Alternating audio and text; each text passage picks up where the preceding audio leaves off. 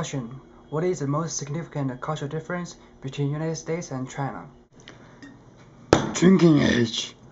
So yes, drinking age one of the first things I realized was so different and surprising when I came to America 3 years ago. I thought America was open-minded, drugstores, sex on TV, but why do you guys prohibit drinking?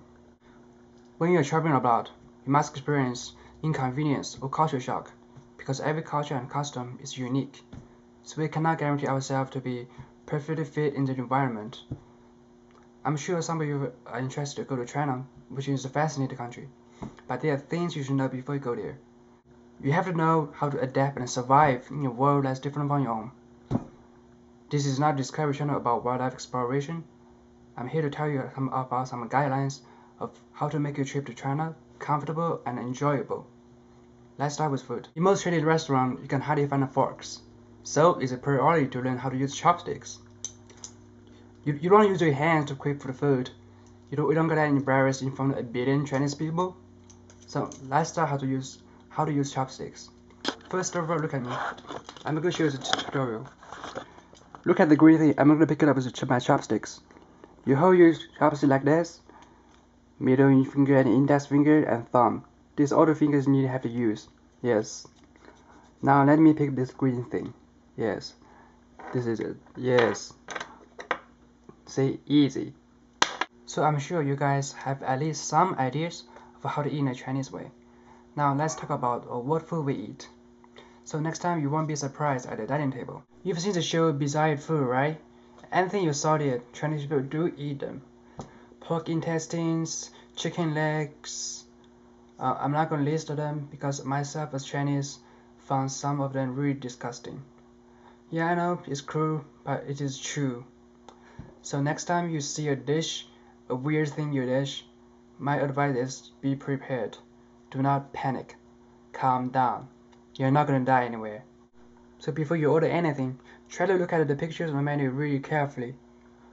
And if not, you can ask the waiter what kind of meat is in there. Most Chinese people do learn a little bit of English. What the hell? Excuse me, sir. What's this? Yes. Meow. I'm just kidding. Most Chinese people do not speak English that well, so if you go to China, communication is going to be a problem for sure. But in big cities, you can usually see English signs and Chinese signs together, so it's not easy to get lost. But I do not recommend you guys to go to those small town areas. It's easy to get lost by yourself. It's always good to bring a Chinese companion book with you, like this one. But we are in 21st centuries. Forget a companion book. We use smartphones.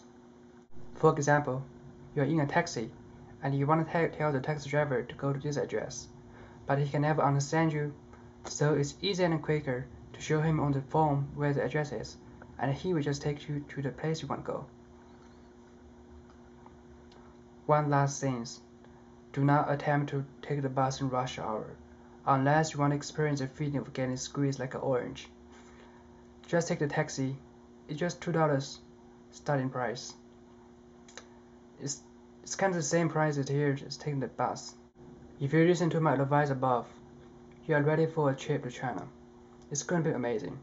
You will see things you've never seen before. You will eat the food you never tried before. You will have the customer service you never had before. If you are under 21, it's going to be more amazing.